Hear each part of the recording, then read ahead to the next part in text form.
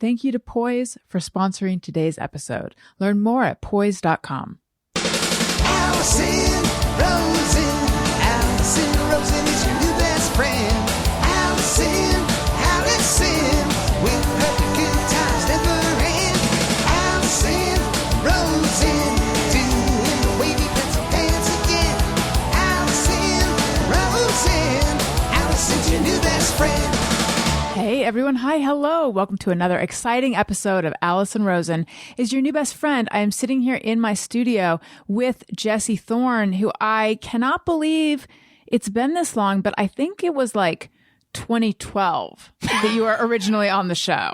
It was in the first year. So it was either 2012 or 2013. But I feel like I've seen you a bunch because I've done Jordan Jesse Go. And then Jordan comes over here a lot, but that's not the same. And here you are, and I'm very excited. Hello and welcome. Oh, what a joy to be here. Always a pleasure. Jesse Thorn, he is host of Bullseye. He is host / co-host of Jordan Jesse Go with the aforementioned Jordan Morris. He is... Now, you were the owner of the Max Fun Network, but things have changed. Well, I was the owner of the Max Fun Network. I still am, in that I am now a worker owner of the Max Fun Network, but only in the same capacity that all my fellow co-op members are. And you have tattoos on your fingers that I don't recall you having before. Did this coincide with the labor movement? These are relative. You think like a stevedore gave me these? Is that what you're suggesting? I mean, Somebody down on the docks? Yeah, I don't know. At the Union Hall? They say play ball. I like that. Tattoos. What's the significance of that? There's this, well, I mean, I like baseball, so that's one thing. Mm-hmm. But the metaphorical significance is... there's this piece that I like, this art piece that I like, that is a picture of a ball player, and it says, and enough people probably ask me this that I should be able to say it from memory, but I believe it says, life is a misery and no one knows when death may come. Play ball. I like that. It's like it's later than you think. Yeah, exactly. So for me, it's just a reminder to, just do your thing. Just go do something. You don't need to. It's been such a hard. I don't know if this is news to you guys, but it's been a hard few years. It's been rough, yeah. So it's okay to try and find some joy in life. Yes, I like that.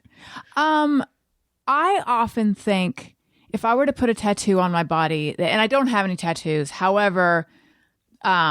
My dad died a little over a month ago. And so now I'm thinking of like, maybe he used to draw a little, when I inscribe my book or sign my name or anything, I put a little duck next to it.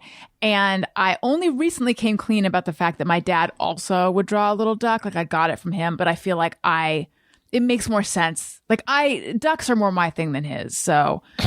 And now he's not here to defend it, so sorry. But anyway. What's his ghost going to come take this duck thing back? Yeah. We can both do the duck, I just feel like it, even though he started it, he was copying me. My dad had a duck collection. Really? Yeah. We got duck dads. Oh my God. Dead Duck dads. We're in the Dead Duck Dads Club. Yes, we're like in a larger club, and I do have a list on my phone of people who've also lost their dads, just in case I decide to really, take my podcast in a very specific direction. Mm-hmm. But we're like a upper duck echelon of the Dead Dad Club.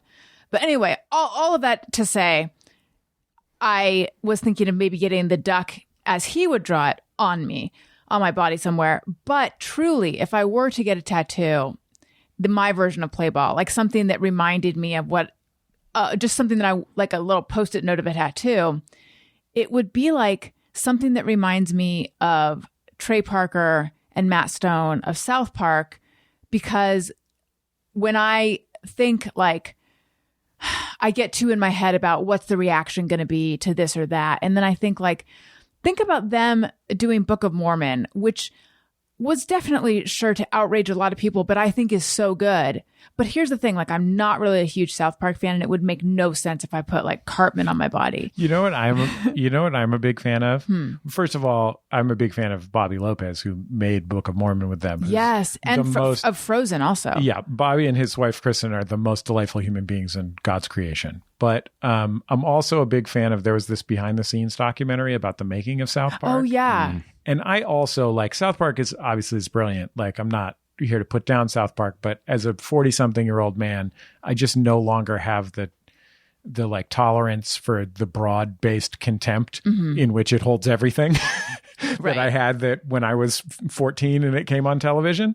But in that documentary, like, it is one of those behind-the-scenes looks at show business where you can't believe it's real the whole time, because they only exist in their own world. And that's why they're so brilliant at what they do. It's why they've been able to do it for literal decades in a row.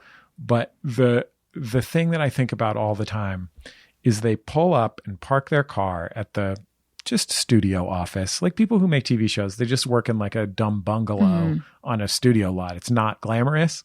They like pull up, and then someone gets their car and details it while they're in there. Every day. Their car gets detailed every day while they're in the office. And I just think, like, they're, on the one hand, they're like these compulsive workaholics making this like irreverent whatever.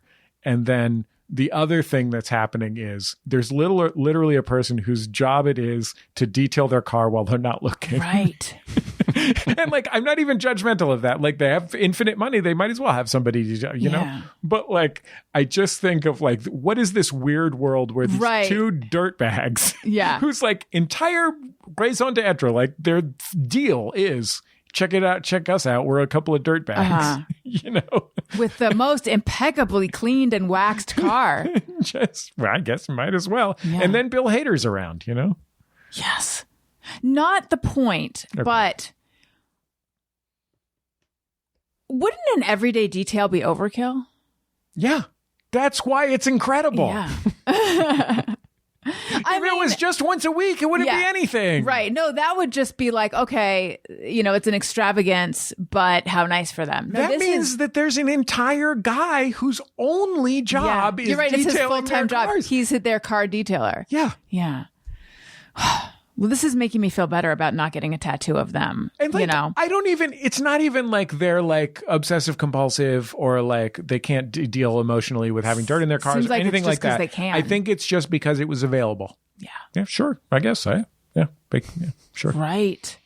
That way I can focus exclusively on thinking of expletives for Cartman to say. See, I have always joked that if I had like endless money, I would put a salad bar in my house and I would have a driver. And of late, I've become real hung up on, like, when do I get to be someone who, this is, talk about like not being, this is not the, concern of the common man. But like, when do I get to be a person who flies first class? Because I've done it a couple times in my life, but I do not like regularly fly first class. I just want to fly. Put me in business. I want to fly business. Is there a business these days? I think the thing is that there's only two amounts of ticket that you can buy now. Mm-hmm. One is abject misery. That's where I fly, yes. And one is someone else is paying for it so it can they can charge any price. Yes. They realize that in between those two things there's no profit center.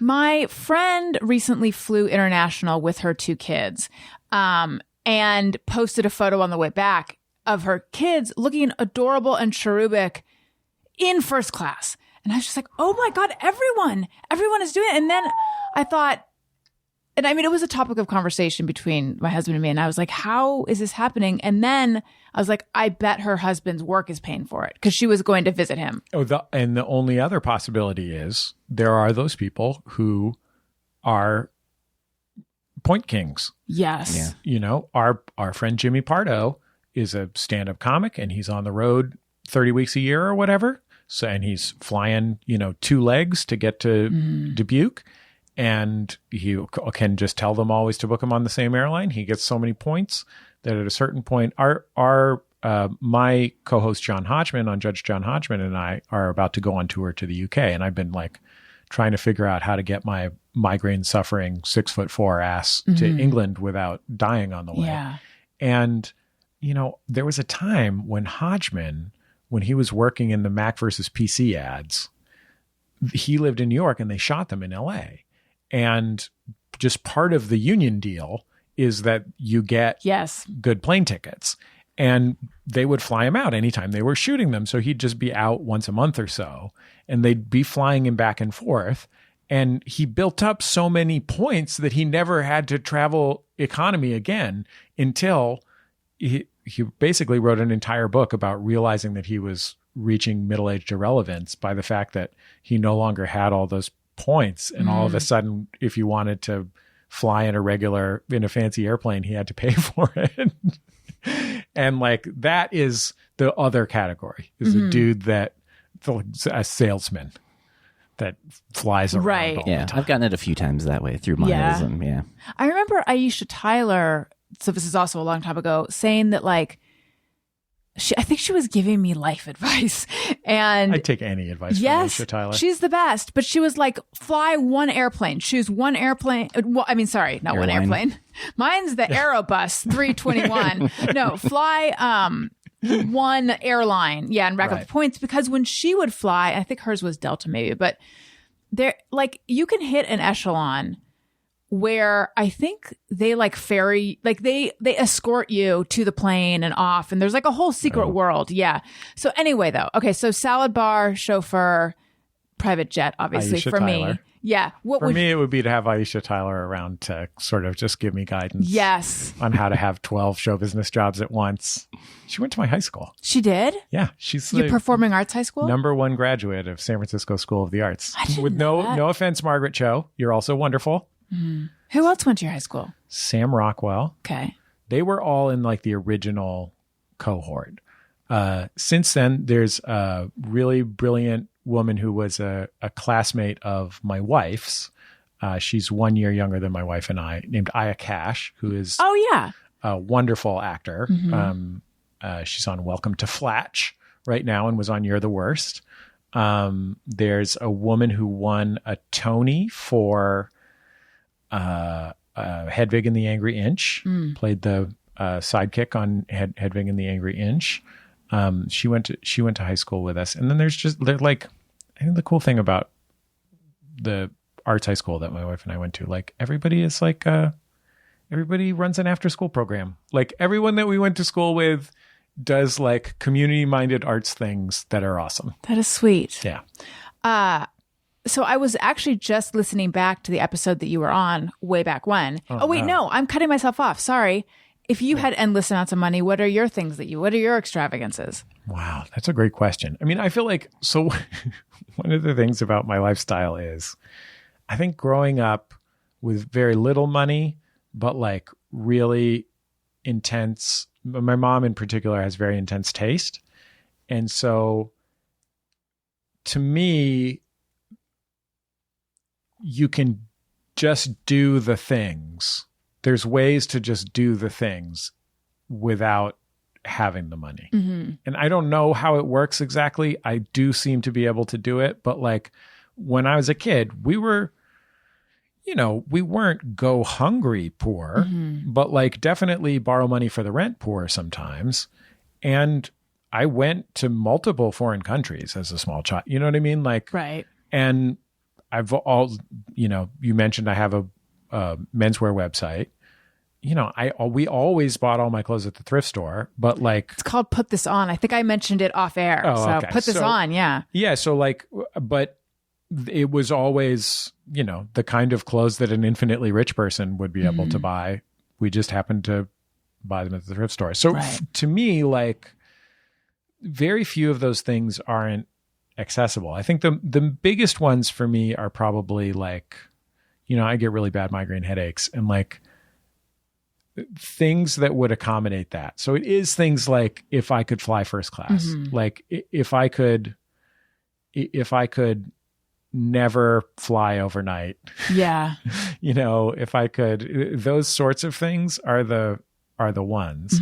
Because I already live in Los Angeles. Like I would want to live in the city, but I do. Like I have a house full of antiques, but that's because I go to the flea market every weekend. You know what I mean? So most of those kind of things that I would want, I have. Yeah. I'm jotting down flea market because you responded to one of my tweets or someone tagged you in it. We got to talk about that. Great. It's a lot of stuff we need to talk about. But anyway, I was listening back to our original episode, and I would encourage listeners of this, go back and just search Allison Rose and Jesse Thorn. I hadn't listened to it since we recorded it, but it was really good, far-ranging episode. We talked about The Mayan calendar. Snooki. We talked about the sundial. Honey Boo Boo. Toddlers and tiaras. Yeah. I mean, but then also just a defense of design. We got kind of deep on talking about, I was saying that I have this very conflicted feeling about fashion because and this is how I felt back then. I'm not really that way anymore, but at the time I felt there was some part of me that was like, it shouldn't matter because it's so surface level. Like we shouldn't be looking at how someone presents themselves. We should just be looking at the essence of who they are. But then we talked about sort of your love of design, and it went deep and it was good. And frankly, there's no way this one can hold a candle to it. It's okay. I mean, people should just stop now, go listen to that go back, one, and then just spend the rest of the time watching Honey Boo Boo. Yes, just remembering how great it was before we know what we what we know now about what America is. You had, I know if only we knew. Your first baby was 13 months old when you came on the show. Oh, that's how long it was. How long ago it was. Now I have 3 of those. I know. And the funny thing is when I was interviewing you, I was saying I hope to have a kid, and I referred to Daniel as my boyfriend, which he was at the time. Like it was just a long time ago. But you were saying, and I the me now related so intensely to it, I didn't know then, that you and your wife were clinging to this idea that somehow you could get back to the life you had before and that there just was no way. And I was like, oh man, is that true? Yeah. Well, I mean, I just had that conversation with a friend who has his first son, who's now, I guess he's about 8 months, 10 months. And there is for me as an only child, Hodgeman has this line in his old act he's a member of the super smart only children afraid of conflict narcissist club. And I 100% identify with that, right? But as an only child to me, and as the child of divorced single parents and who are constantly in conflict, and as a person who raised himself essentially in many ways, to me, all I want, I'm not a loner, but I just feel like I need autonomy, total autonomy, and that any conflict might destroy everything. And so what I should do is just be reading quietly in my room. And it's the antithesis of having children. Yeah. And my wife comes from a Catholic family. She has 2 siblings, but 20,000 cousins that all lived in the same place. And to her, having everyone around and losing your sense of self are totally normal, wholesome activities. And to me, I still, all these years later, I'm still just I just want to sit in the corner and read a book sometimes. I do love my family. Yeah. So was going from 1 to 2 to 3 a challenge for you? It's a nightmare. I mean, it gets harder and harder and harder. And then it leveled up 20 times, unexpectedly. With 1, you can trade off. And I think it makes a huge difference. Right now, my wife's parents just retired. I mean, just in the last 8 weeks. And so they're each going to be kind of spending a week, a month-ish with us. Oh. Nice. And it's pretty monumentally different when you have some family support, which we didn't ever have. But but like with one, you can trade off, right? So somebody can go do something. Once it gets to two, it gets pretty dicey. And then beyond that, you just kind of get subsumed. And yeah, it's hard. Yeah. Daniel and I oftentimes still try to, we have two who are 2 years apart. We still try to trade off, but there always is that sort of defeating feeling in the middle of like a Saturday or Sunday where it's like, oh no, it's going to be a divide and conquer day. Like we're not going to be able to trade off today. Yeah. I mean, for us, like all three of our kids, my kids are 12, recently 12, 9, and 6. And all three of them are neurodivergent. We didn't have any idea. Like we had all three before we knew the first one was autistic. You know what I mean? And like what they need was so far different from what we would have imagined, ever would have imagined, that it's like we never could have anticipated any of it. So even just the 3 was plenty before. And then it was like, oh, wow, we're way, way, way past our depth. Right. You know? Right. Yeah. It's, and then at that point, I guess you just kind of surrender to it and be like, this is what I do now. Yeah, exactly. It's just like, you just try and find ways to buffer. Just try and find buffers.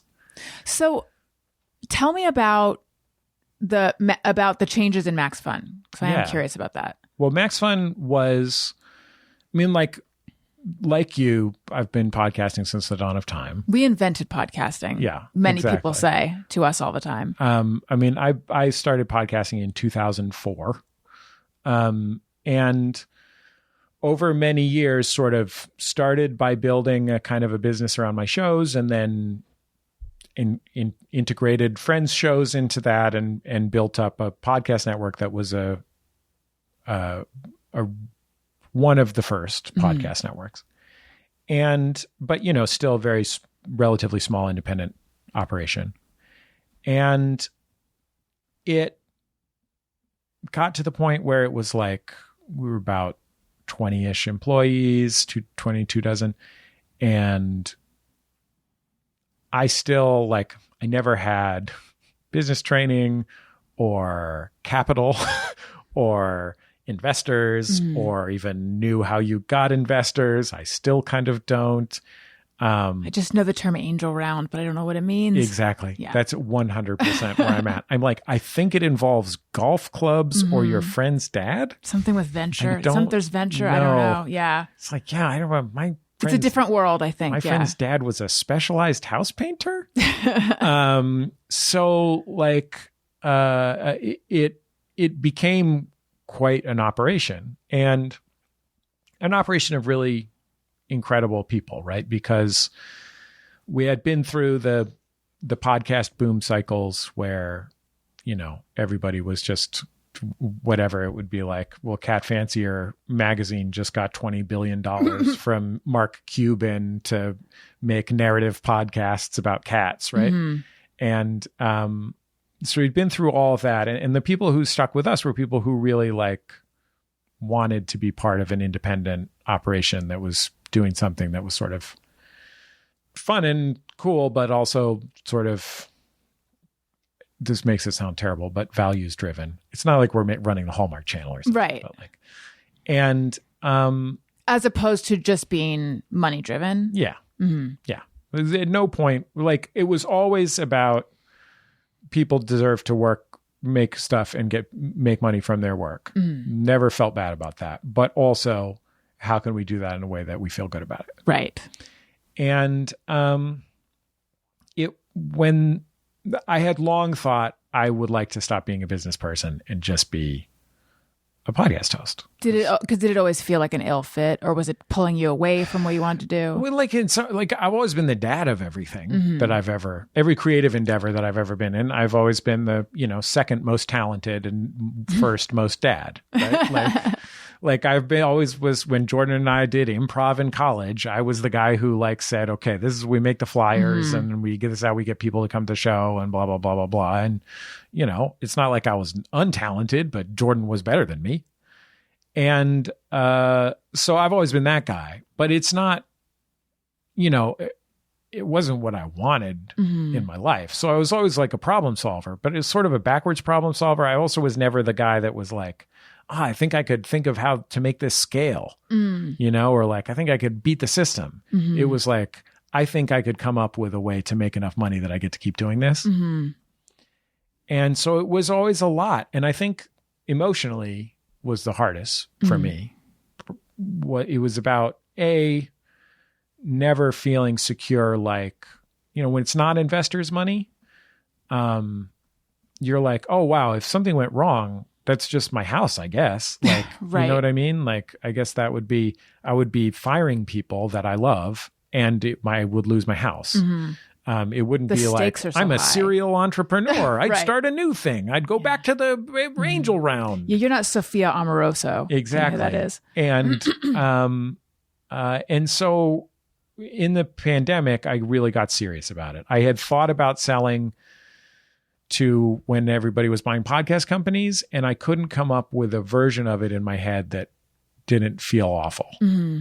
Because I knew people would get fired. Even if I sold it to the most benevolent thing ever, there would be redundancy and people would get fired that I love. And so I felt it kind of got to a crisis in the pandemic just for me personally. And so I called our lawyer and I was like, do you know how people sell companies? Because we had like inquiries and I had always like taken a meeting and then been like, well, I don't know. I mean, why would I? Were they good offers? We never got like numbers on it, but the amounts of money would have been good amounts of money. Yeah. Like like I said, it never went past like 3 meetings. So they never like pushed a thing, but they suggested amounts of money that would have been great. Maybe I should have took them. But my father-in-law happened to work for decades at an employee-owned hardware store in Marin County here in California. And he's like a total hero of mine, is an amazing human being and a very brilliant and decent businessman. And he also, like, you know, he would have just had a regular career in retail where he, you know, maybe ended up his career making $50,000 a year as the assistant manager of something. But because he didn't, you know, he didn't go to college or anything. And he happened to end up at this employee-owned hardware store. And because of that, like, he had a real professional career. And, you know, one time when I was like 19,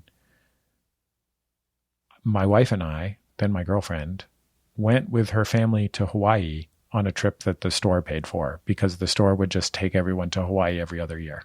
Wow. Just that was like part of, because successful store, employee owned, that's how they shared and so I called him and I said, Steve, would it be crazy if I made Max Fun employee owned? And he said, you know, the form of employee ownership that they have is called an ESOP, employee stock ownership program. And he said, it probably isn't right for you, but I don't think that you're wrong to think that could happen. So I found a nonprofit in Oakland called Project Equity that specializes in helping small businesses transition to worker ownership. And it took a long time and a lot of hard work, both on my part and on the part of the employees who have to essentially organize a structure for the company. You know, they have to write a constitution functionally and agree to do the work of being in charge. But yeah, we became a worker-owned cooperative is our form, a co-op, as of, I guess 6 weeks ago, something like that, 8 weeks ago. Yeah. So I have transitioned. I used to be the owner.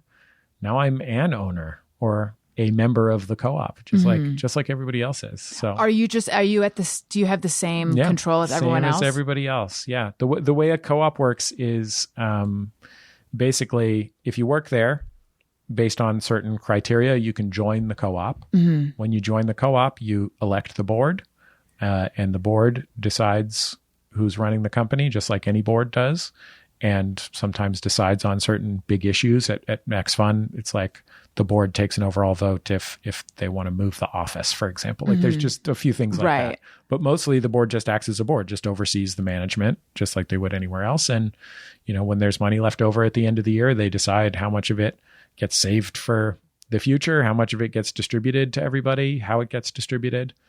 And so instead of it being like everybody gets 5% of the company, it's the co-op owns 100% of the company, and you're either a member of the co-op or not. And everyone who works there is a member? So or you have to be there for a certain amount of time? So there's little qualifications. I want in. Yeah, I know, right? There's like little qualifications. So you have to work there a certain amount of time, and you have to be full-time. And it's optional. So you don't have to, because part of what you want is you want people who are choosing that, right? You don't want people to take it lightly, so to speak. So you have to put some money in. The money is, I'm trying to think of what it is for us. It's like $1,500 or something like that. And you can take it out of your paycheck over a long period of time. And that money goes into a trust and you get it back after you leave. It's not gone forever, but it's just an amount of money that's sort of like, this counts. Right. But yeah, it's like if you work there, I think for us, 6 months, you have to work there full time, then you can join. And when you join, at the end of the year, you get to vote on who's on the board and who hires and fires the CEO. You know what I mean? So who is in charge of it now? Well, Bikram Chatterjee has been our managing director for years now. So one of the reasons that we could do this is, Bikram is a dude who he used to work as a high-powered business consultant for one of these high-powered business consultancies. And when I needed to stop managing the everyday, I was like, I don't even know any business people. I literally don't, I'm not even, do you just go down to the Kiwanis Club? Because where do you meet business people? Right. Where are they?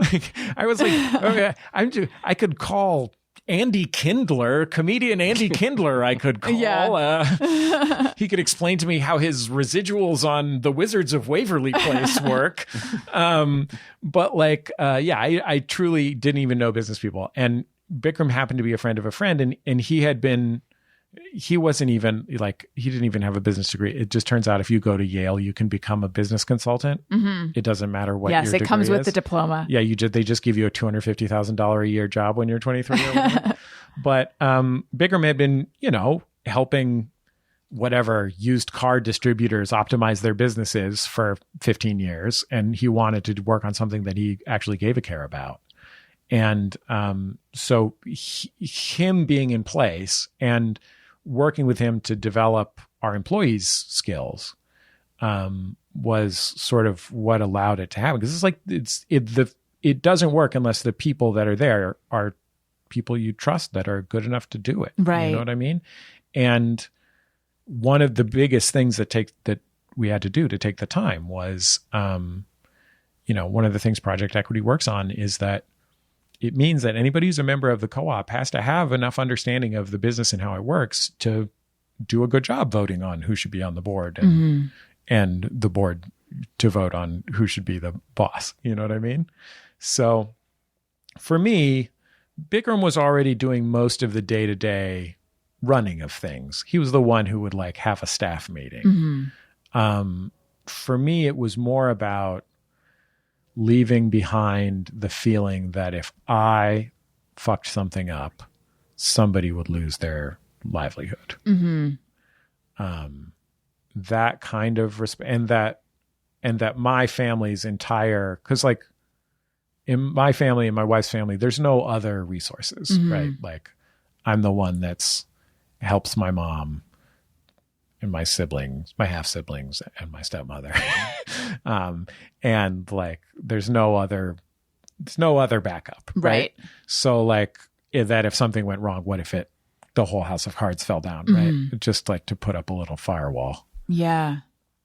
So how do you feel now? Do you feel a sense of relief? Yeah. I mean, it's weird. It's like also coincided like towards, maybe we spent 18 months working on this.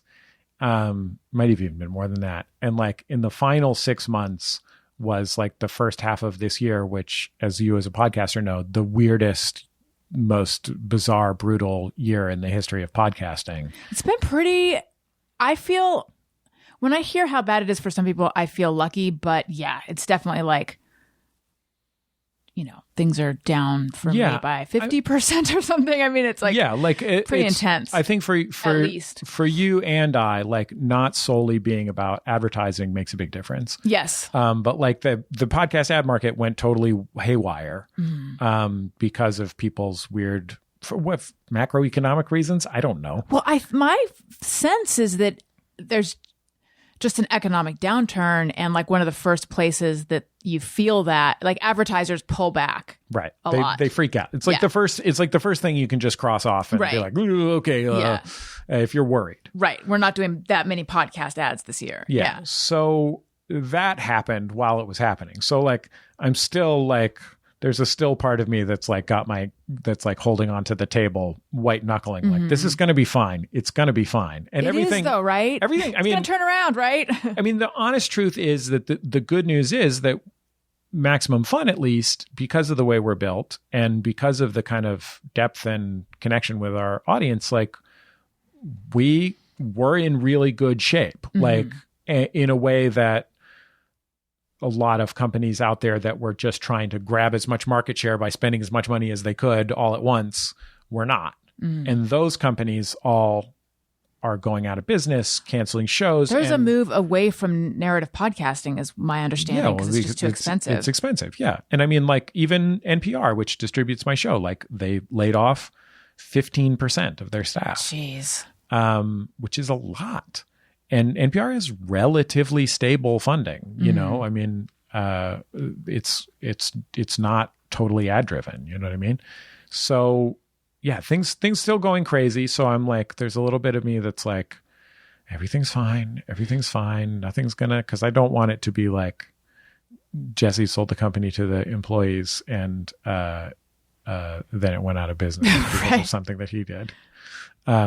But you still feel responsible. But I do feel like I'm getting to the place where I feel better. And I'm getting to also like, one of the nice things about it is like, when I do Jordan Jesse Go with Jordan, I do Judge John Hodgeman with John, like that's such a great joy and pleasure for me that like having a little room in my life to be like, oh, but what if we did this?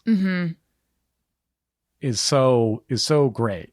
You know, like with Hodgeman, we're going on 3 tours this fall, right? That's we're cool. doing East Coast, Midwest, and we're going to Copenhagen, Denmark.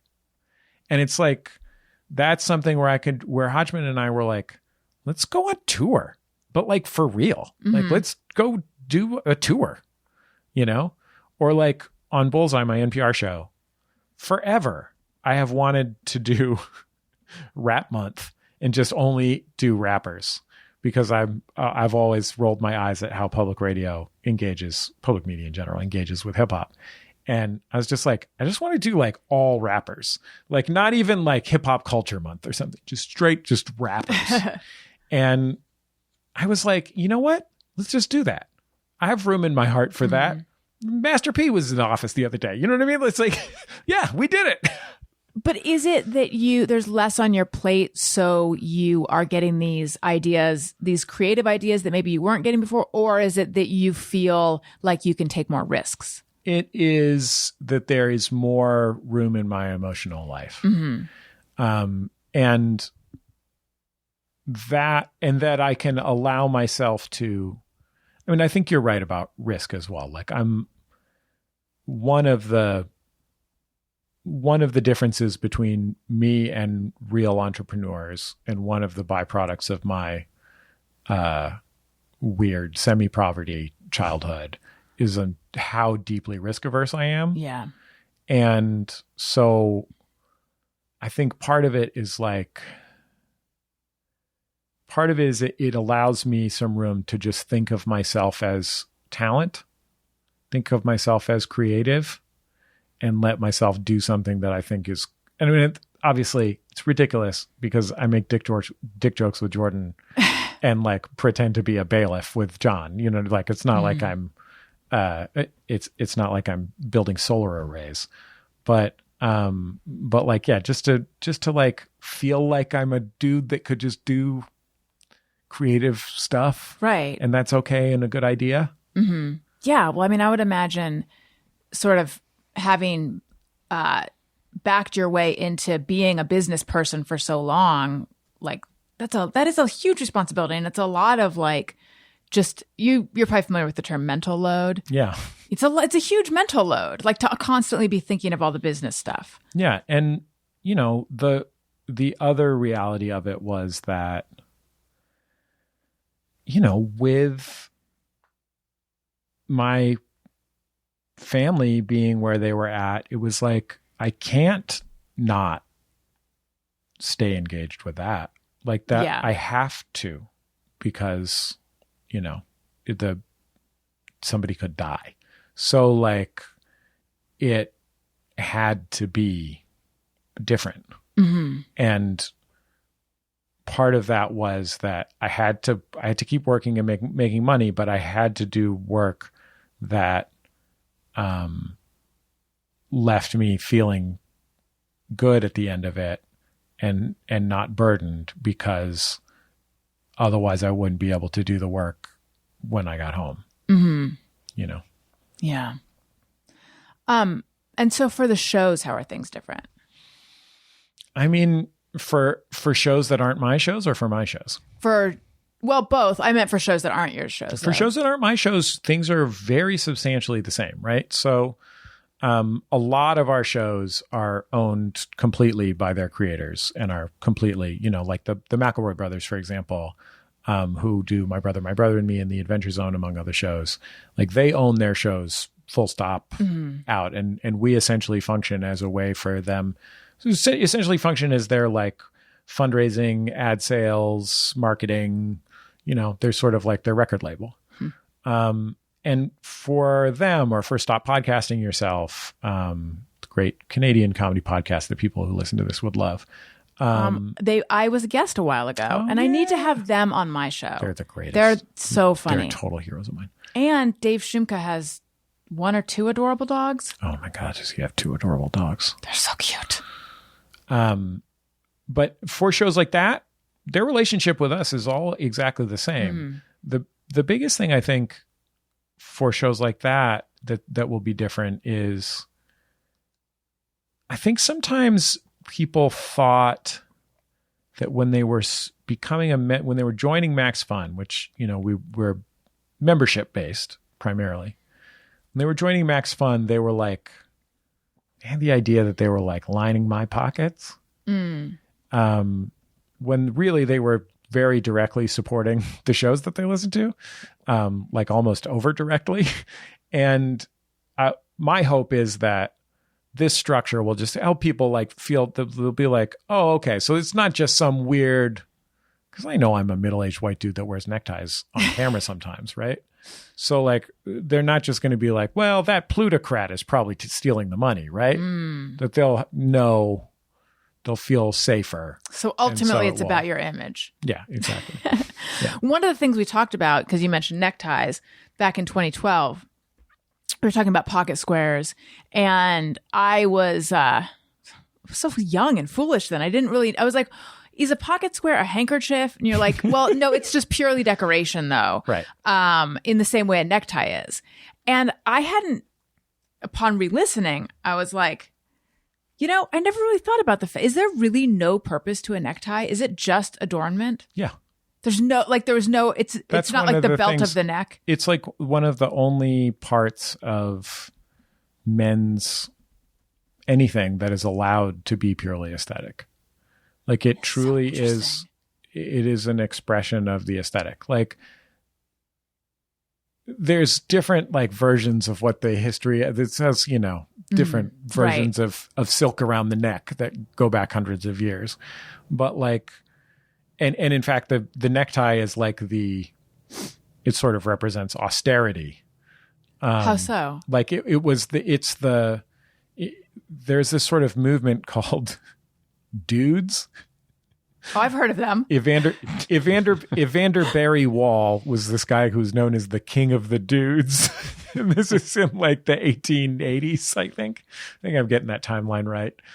You're sort of like you're like Oscar Wilde type era. Okay. And they dressed sort of what you might consider foppish in a modern style. Okay. But that was foppish, right? So the old fashioned was to be frilly and fancy. Theirs was to be like essentially sharp. Okay. But that was femme coded because it was progressive, right? And which is interesting. You're drawing a distinction between that and the frilliness that came before it, and yet the frilliness was what, masculine? Yeah, because it was what Richard Lindes were up with, the Louis Couture or whatever. Yeah. And so the necktie is actually sort of like this version of punk. It's like it's sort of like the equivalent of Converse All Stars or like interesting, or like Tom Brown suits, or something like that, where it's like it's about a again pre-modern but like a modernist set of values, like as opposed to a big frilly necktie, big frilly scarfy that you would have cravat it, thing. that you would have it be like perfect and elegant rather than over the top and outrageous. Yeah, that's so interesting. I had no idea, Tony. Oh my God, I haven't even said hi to you. That's all right. Hi, Tony. Hi. I'm back to my old ways now. Yeah, it's I expect it at this point. It's yeah, fine. Yeah.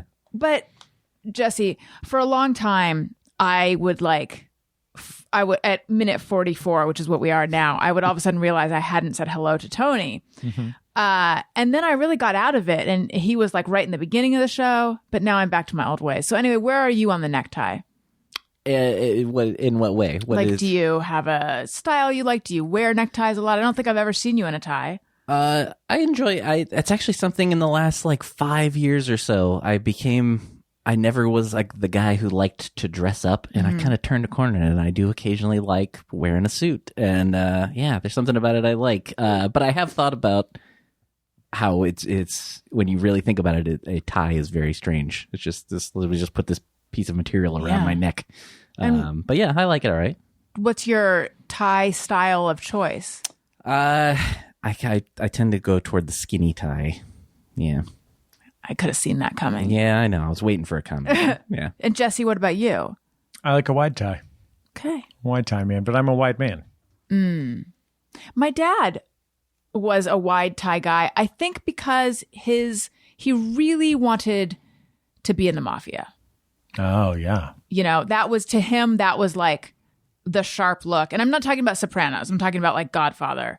Because he came of, Godfather was a movie that he loved. So I feel like there's a whole era of dudes who really that was very glamorous to them.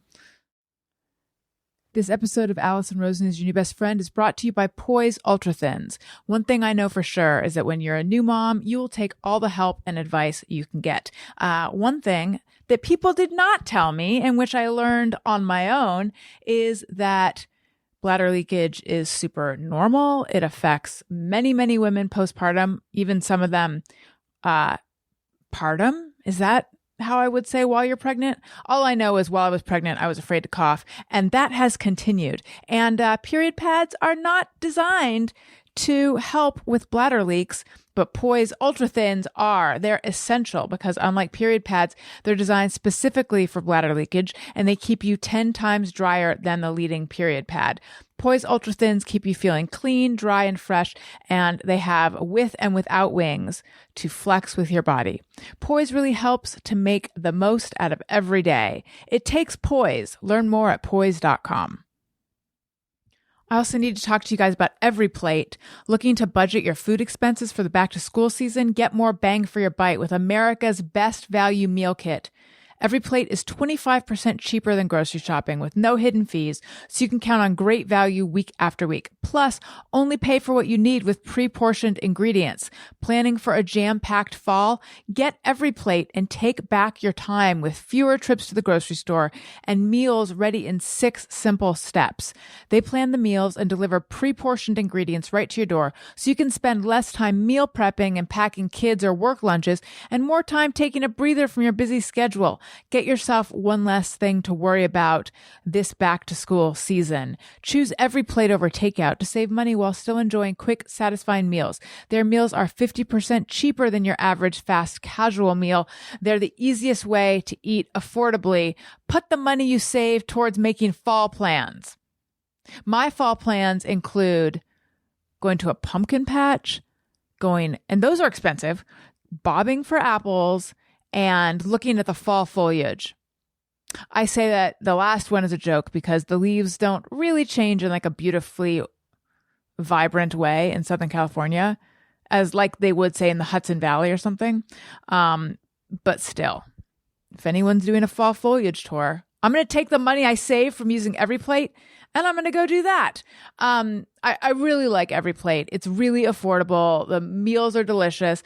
I don't love going to the grocery store and like, let's say there's something I know I want to make and then trying to, but by the time I get home from the grocery store with the items, I don't want to make it anymore.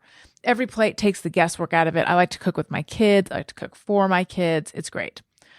Get $1.49 per meal by going to everyplate.com/podcast and entering code 49Allison. Again, get $1.49 per meal by going to everyplate.com/podcast and entering code 49Allison. That's up to $110 value. Okay. Actually, speaking of dads, let's just get this out of the way. Yeah. How long ago did your dad die? It was, I guess now it would be 3 years ago. When was the pandemic? 2020. 2020 is when it started. So 2 years ago. Wow. Because I was a guest on Jordan Jesse Go, the episode that you recorded when it had just happened. Oh, wow. I can't believe that was 2 years ago, though. So how are you doing? How are you feeling as someone who's like new to this club? I would like to know how the grief goes. Yeah, sometimes I'm just like, sometimes I'll just be like living my life. And I'll just turn to my wife and I'll just be like, fuck, I wish that my dad and my dog weren't dead. Not that they're roughly equivalent. Not like whole other. I have talked about similar. I have talked about how among the great losses in my life, my dog is up there. It's in some ways that was a harder loss. My dad, it was such a weird thing because my dad had been sort of losing his memory for a long time. He was never good at it. Mm-hmm. I remember one time when I was a kid, he told me that he had this conversation with his cousin who was a doctor, and he said like, well, how come I can't remember anything, Bob? And he goes, is it the drugs or the trauma, or am I getting old? And Bob owns it. Yeah, that's correct. It's all of them. Yeah. But yeah, like he had been losing, he had gotten to the point where he was like, he was having a hard time taking care of himself, not taking care of himself that great. And he lived with my half siblings, my half brother, maybe only at the time, or maybe both of them, and my stepmother. He's semi-estranged from my stepmother, and they were having to kind of take care of him more and more. And so in a way, when he got sick, he had cancer, and we only learned very late. It was like, I could immediately tell that it was like, in some ways, a best case scenario, because he was too forgetful to be freaked out about having cancer, but he was still able to like talk to us, loop a little bit, but like he was still able to be there and be himself to some extent. But he also was going to be gone before he truly couldn't take care of himself. And, when I say take care of himself, for him, that was like go to an AA meeting, make himself a sandwich, go to the bathroom himself, wash himself. Like be independent. Yeah. And so that was all. And he was in his late 70s. Like he had a great run. I think for one thing, it was very difficult because it was the beginning of the pandemic. And so, I drove up to the Bay Area where I'm from and helped him into hospice with my stepmother at the VA hospital in San Francisco. Thank you to the VA hospital in San Francisco. And I knew when that was happening that I wouldn't get to see him before he died because you couldn't visit except they were letting people in on their deathbed. And I knew that I wouldn't be able to make the trip fast enough when it was close enough for them to allow someone to go there. So it was like, I gave him, and I wasn't even allowed to go inside. Right. So like my stepmother took him in. So I was like outside the, sliding doors, gave him a hug. I love you.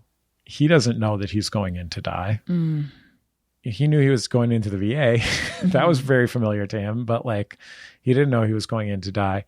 And he didn't know he was going into hospice, or he wasn't like aware enough. He had been told, but he didn't retain it. Right. So he knew sad. where he was. It's not like he was like lost or like he was used to going there for doctor appointments. So it wasn't like a weird thing for him. But, when I would call him in there and he'd be like, oh yeah, Jesse, I'm at the VA. I'm in the hospital. I haven't been feeling so good. And I'd be like, yeah, I know, Dad. I know, Dad. But yeah, I think there was two hardest parts of it. One was that knowing that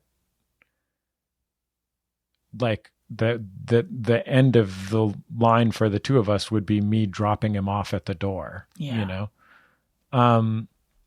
and then like the reality was that like, I even now I can't, it's hard to imagine now, but like it wasn't the hardest or most pressing thing in my family. Like the idea that it was so difficult to take care of my kids in that time because of their needs and what was going on with their health, that like I was like, wow, I just dropped my dad off to die, and now I have to go do the hard stuff. Yeah. And so, and then he never had a funeral or anything, right? And that part of it, which is that like, there is a part of me that, on the one hand, I do feel pretty okay about how it went down for him in terms of his experience of dying. I actually, there was, after he died, I got an email and it said, "Hi, Jesse, I'm sorry if this is an imposition or weird, but I thought I should drop you a line. My name is so-and-so. I'm a medical doctor, and I was working through a position at the VA hospital in San Francisco, and I happened to be rotating through the hospice, and I was working with your dad, and he would talk about his kids. And I realized that I said to him, when you say your son, Jesse, your last name is Thorn, is your son a podcaster? And she had been a Judge John Hodgeman listener. Okay. And she said, and I got to just have lunch with him every day. Because he was in the hospice for, I guess, maybe 3 weeks, something like that. And, just talk to him about you and your brothers. So like I knew, and then when I would talk to him, he'd be happy, My dad, as his mental health declined, just got happier and more comfortable. That's interesting. It gave him distance from his trauma. I was always scared that he had very severe PTSD. I always thought he would be freaked out all the time, but I was worried he'd be freaked out all the time, but actually he was much happier. And so those things were fine.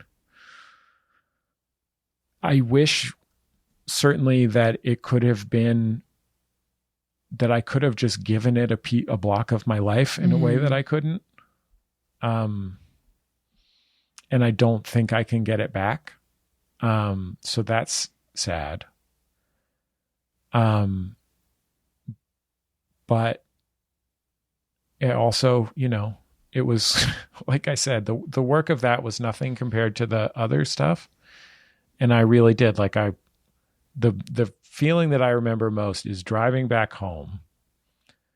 And it was like, we weren't even sure if it was like okay for me to go to San Francisco. Because of what was going on at home. Because of what was going on at home. And because my wife couldn't have help with that. Because of the pandemic. And we couldn't get any services for our kids because of the pandemic. No one was doing any in-person services of any kind. And so it was really dicey at my house. And I was driving home. I stopped in San Simeon, California, on the Central Coast. And I was watching the elephant seals. Most incredible thing. If anybody ever is in Central California at that time of year, it's the most amazing thing you could ever see. And, I'm just standing, staring out at a gray ocean and crying, as you would expect. Yeah. And I got a text from my wife that said, when are you getting home? And I texted her back, I'm just in San Simeon. And she said, I need you to come now. She was counting on me to take 5 home instead of the coast, Yeah. And that part is just like, gosh, I wish I could have done those as 2 different jobs. And that's hard. And I do wish that my dad, after he died, you hear from, people from his church and all these people that he met. My dad was an organizer, so he knew a lot of people, and it would have been fun to see those people and that too. But the biggest thing is I wished it could have been a chunk of my life, that I could have had be discreet. Right. So that you could have been there for him, or so that you could have properly grieved. Both. I mean, it's just, yeah. Yeah. And I don't, I don't know that I will get to. I mean, I had a complicated relationship with my dad. Everyone has a complicated relationship with their parents, but so I think sometimes that can make it worse. Yeah. Or it makes the grief complicated. Yeah. And I wish I could have because there were lots of times when it was I would love to be thinking about the fact that my dad just died, but I have to be thinking about keeping my children safe right now.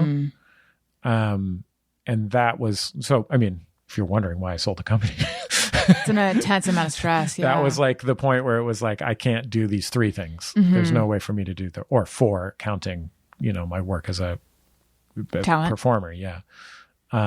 So yeah, that was the sad part about it. But, I the good part about it is what I said, which is that my dad was not unhappy when he died.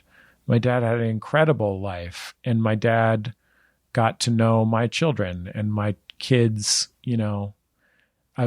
I have this friend that works at the San Francisco Chronicle named Peter Hartlaub, and he is like their, he runs what they call the morgue. This is not for dead people. It's for dead newspaper articles. It's like the archive, right?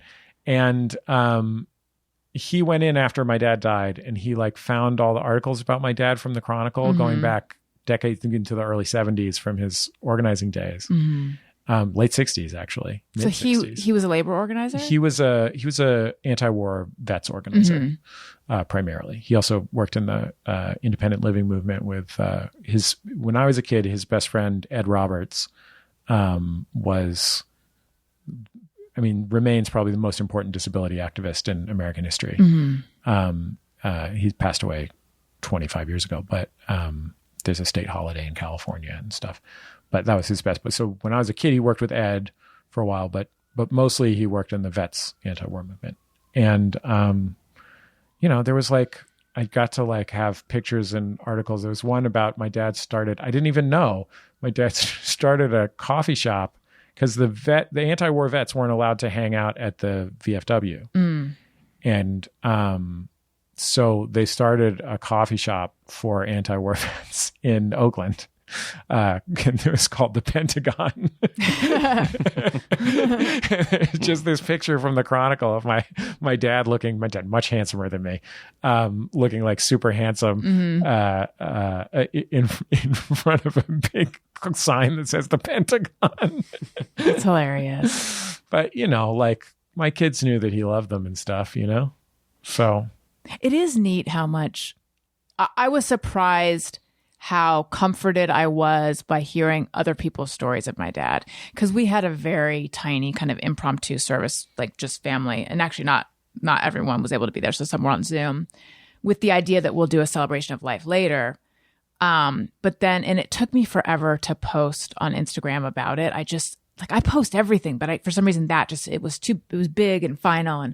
But when I finally did, all these people who either were familiar with my dad because he used to make appearances on my show a long time ago, or people that I grew up with would comment and say all these things about having known him. And like, all of a sudden I realized, and I know you didn't get this, but I realized like, oh, that must be part of the benefit of having a big funeral is people sharing their memories and how that is like a salve.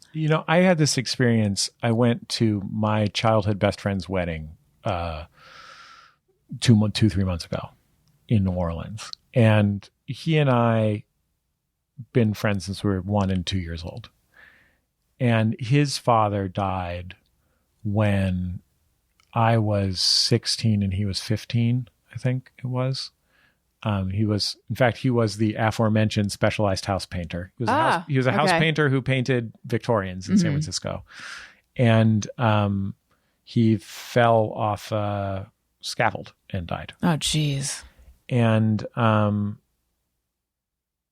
he was,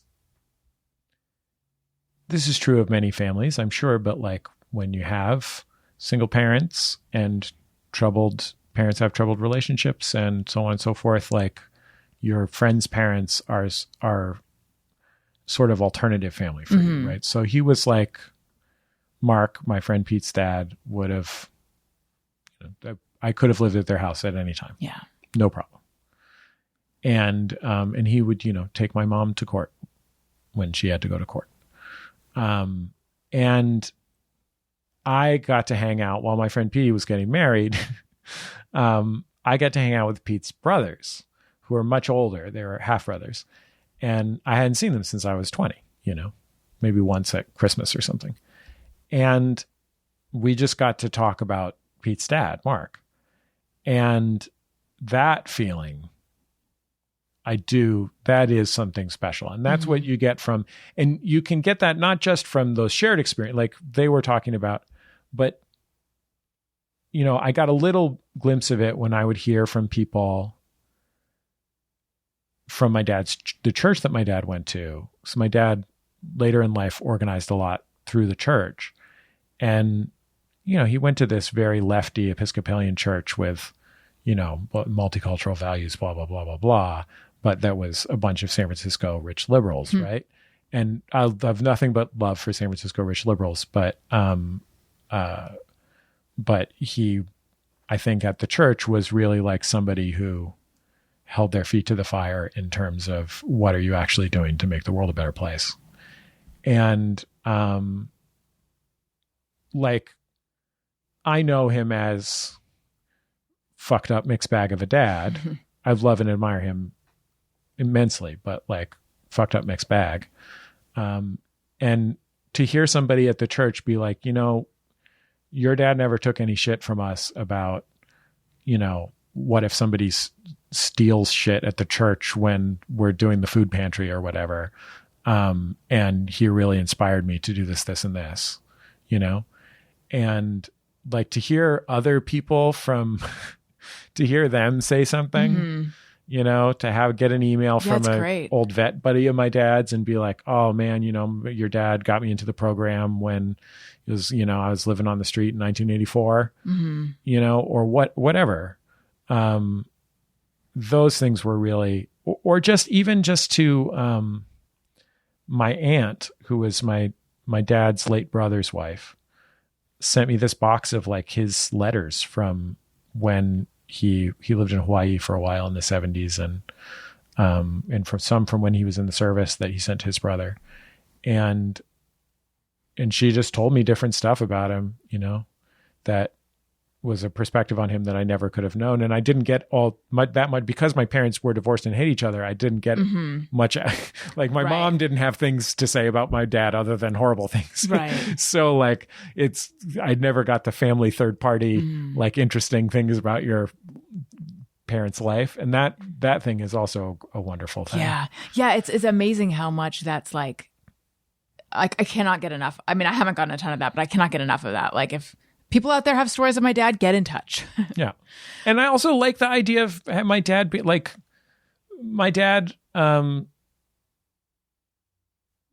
like I said, a messed up dude. But like, I think he also embodied very hard work on certain virtues that inspire me even now.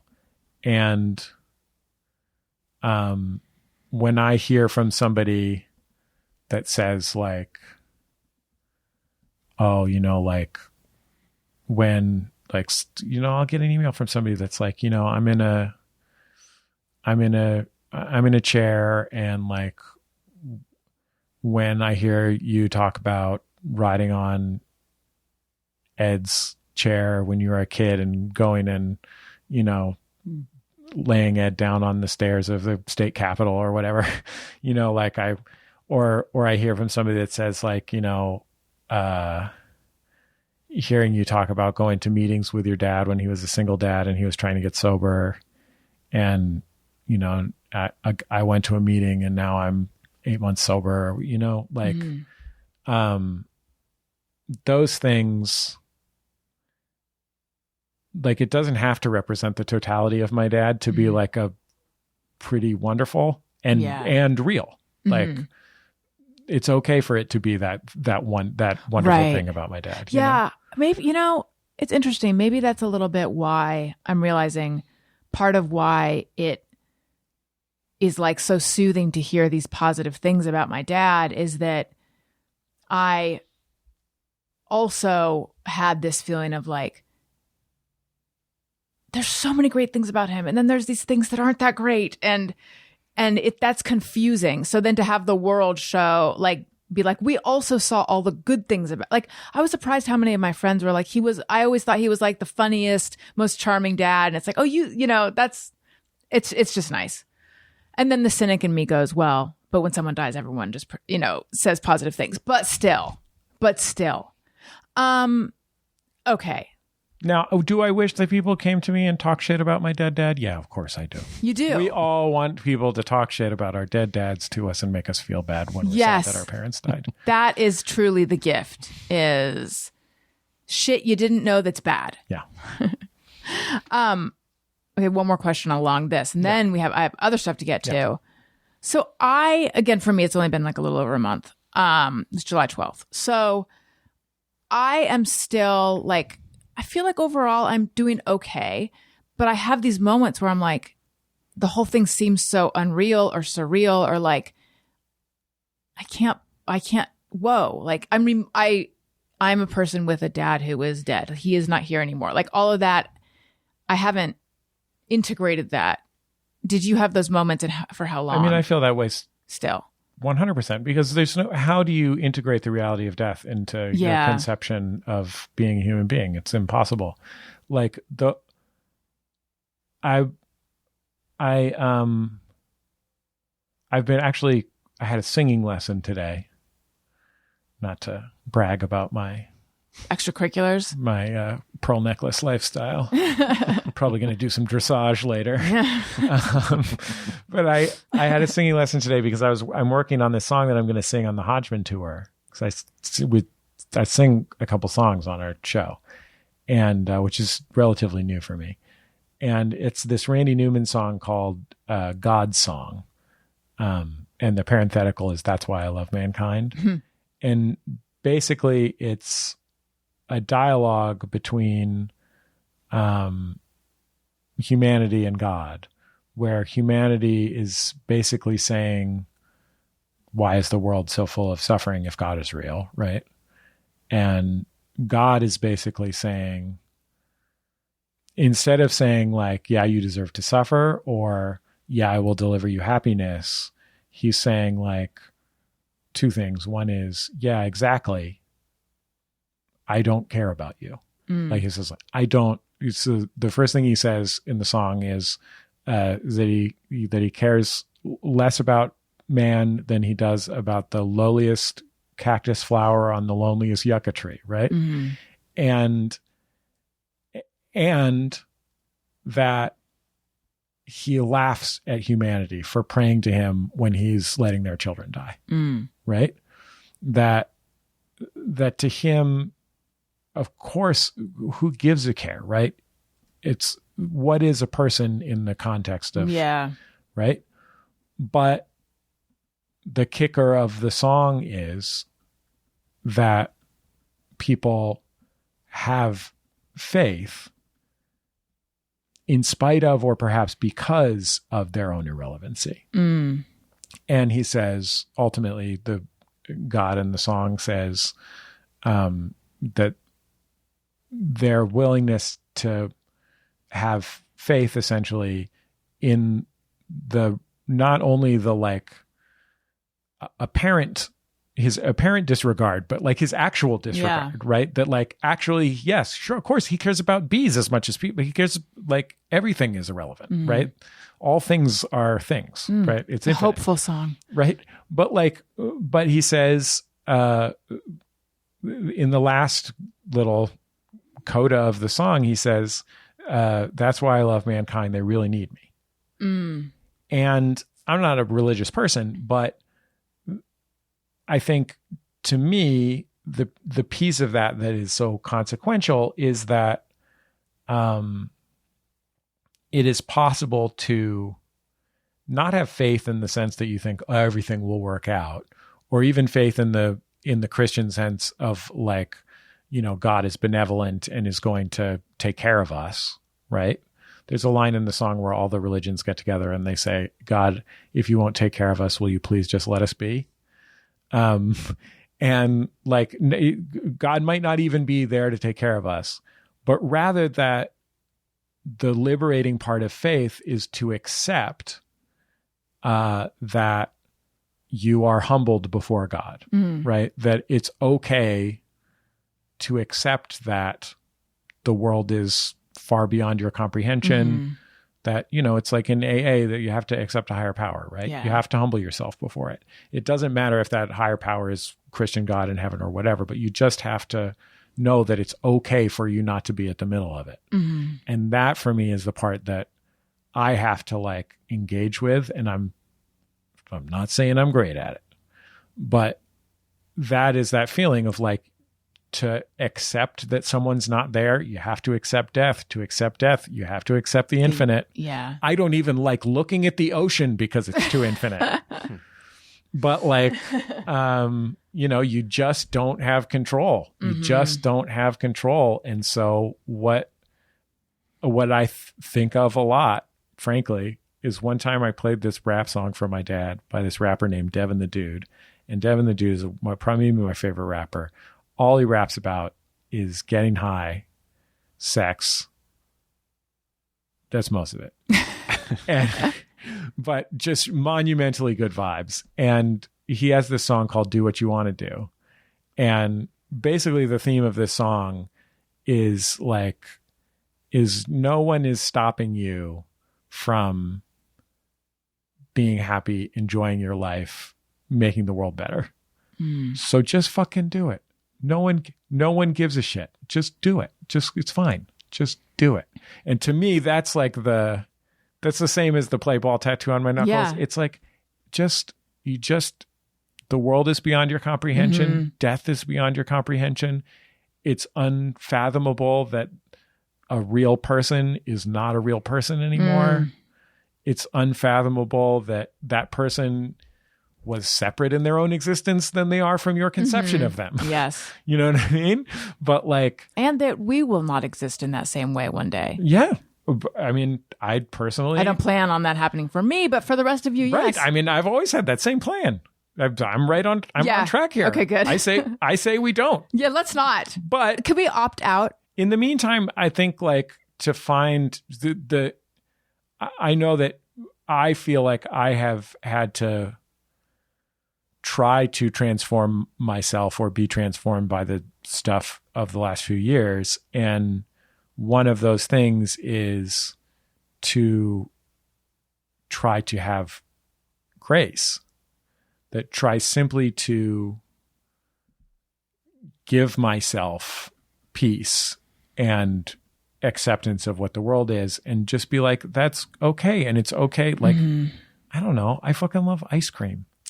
Like, what's your favorite flavor?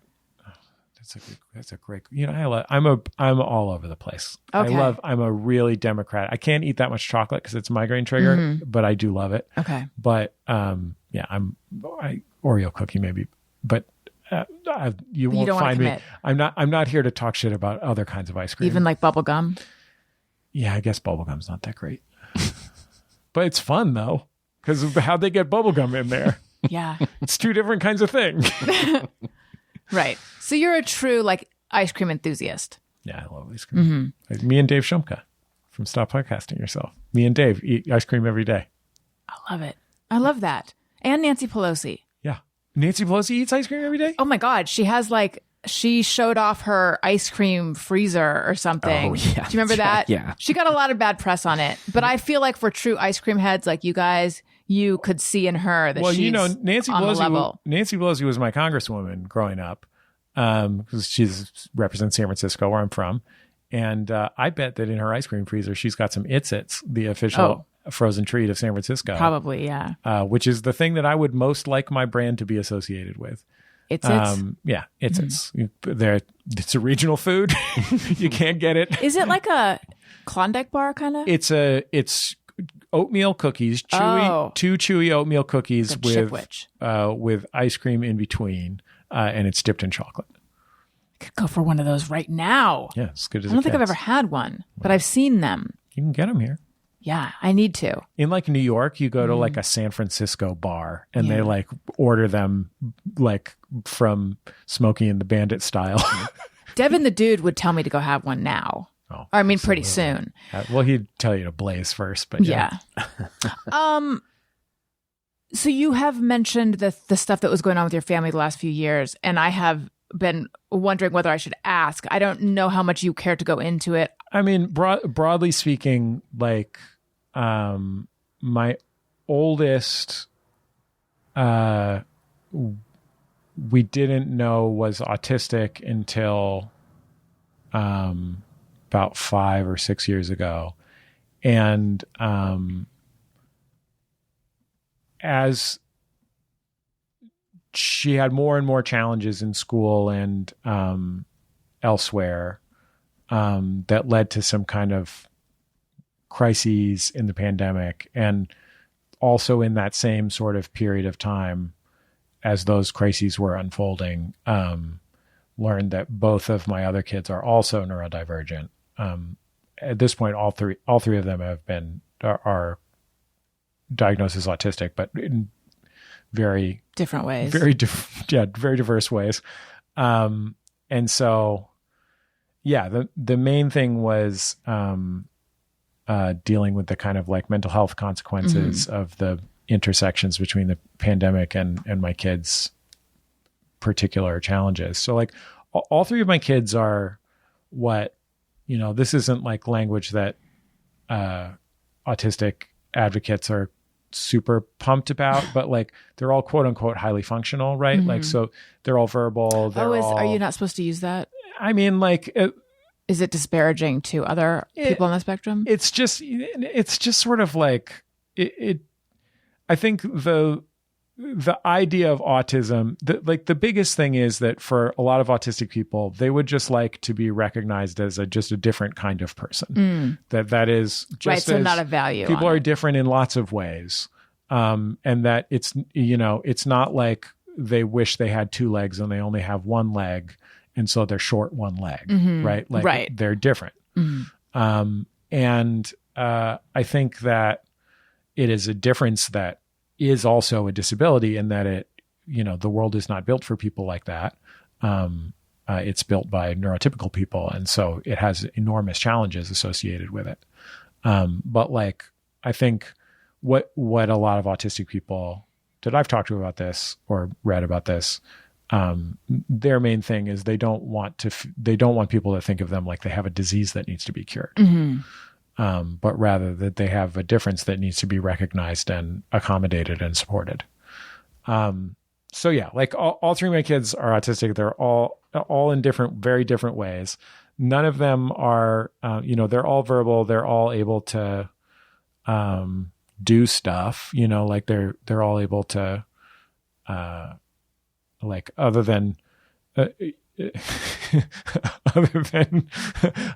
fact that my daughter would want to talk to you about Double Dragon the movie a lot, you might not even assume that she was autistic if you met her based on whatever your ideas of what that was. Well, that's something I'm learning, is that this idea that people with autism don't make eye contact or aren't social or things like that. Like that's maybe one type, but yeah, I mean, there's plenty of very social autistic people. Yeah, I mean, like one of my kids, my middle kid was at basketball the other day. And it was practice starts at 6 and it was like 7:15, and I could see her kind of like staring up into space. And basketball is number one passion, absolutely without a question. And she came up to me and she said, "Dad, the coaches were talking, but I just heard blah, blah, blah, blah, blah, blah." And like for her, auditory processing is like the number one challenge. So she's the one probably who's the most neurotypical in general. And it's hard to judge these things, but probably the most neurotypical. But like she gets tired, she literally cannot parse what you're saying. Right. And that is a common thing among autistic people. It also sometimes is true for, hey, sorry.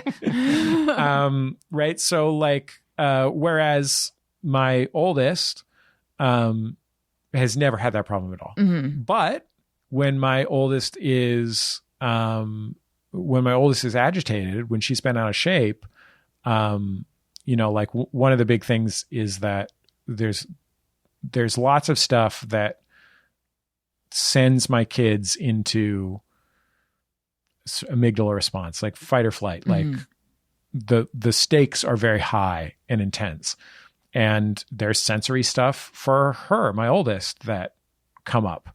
And it's not being able to understand what people are saying. It's like sharp sounds, right? Or like, sometimes when she's being destructive, she needs to like push and throw things. And I was like, is she just being destructive? And the therapists are like, no, it's really about her system craving that physical input, right? Like that is how her body is expressing that fight or flight, all those chemicals going bonkers. like she needs to push on something. They're like, literally, when she was younger, it would literally be like, just push on me. And my 6-year-old, the same. Like my 6-year-old will be on the ground in between the sofa and the coffee table. And our coffee table is like big locker boxes. So it's, it's doesn't have legs. It's solid.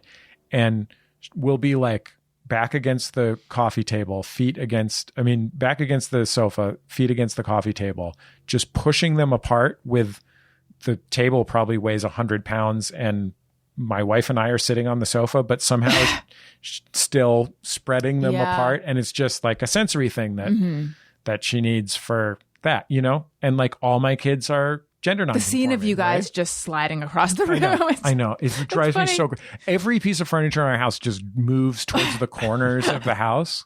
It's entropy. Yeah. But like gender nonconformity, all three are, and way overtracks with autism's. Like you're dramatically more likely to be gender nonconforming if you're autistic. And it's like, what is the reason for that?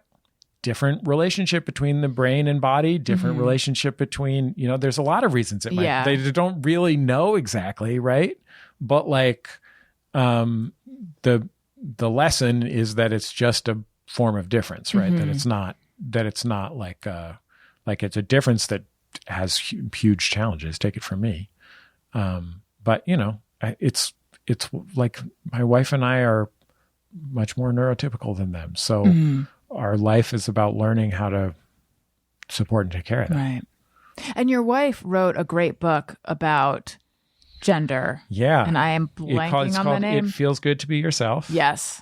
She came on my show and talked about it. It's great. Yeah, it's a picture book for kids who want to understand gender identity, whether they're cis or trans or whatever else. And it was like that's a similar thing. Like it's like for kids who are, because my oldest who's trans, like she came out to us a long time ago, and I had to learn a lot about, even as a San Franciscan who went to UC Santa Cruz and had a trans neighbor when I was a kid, like I had a lot to learn about it. And one of the parallels that in my understanding that I think is beautifully expressed in my wife Teresa's book is that gender is not there's trans people and normals.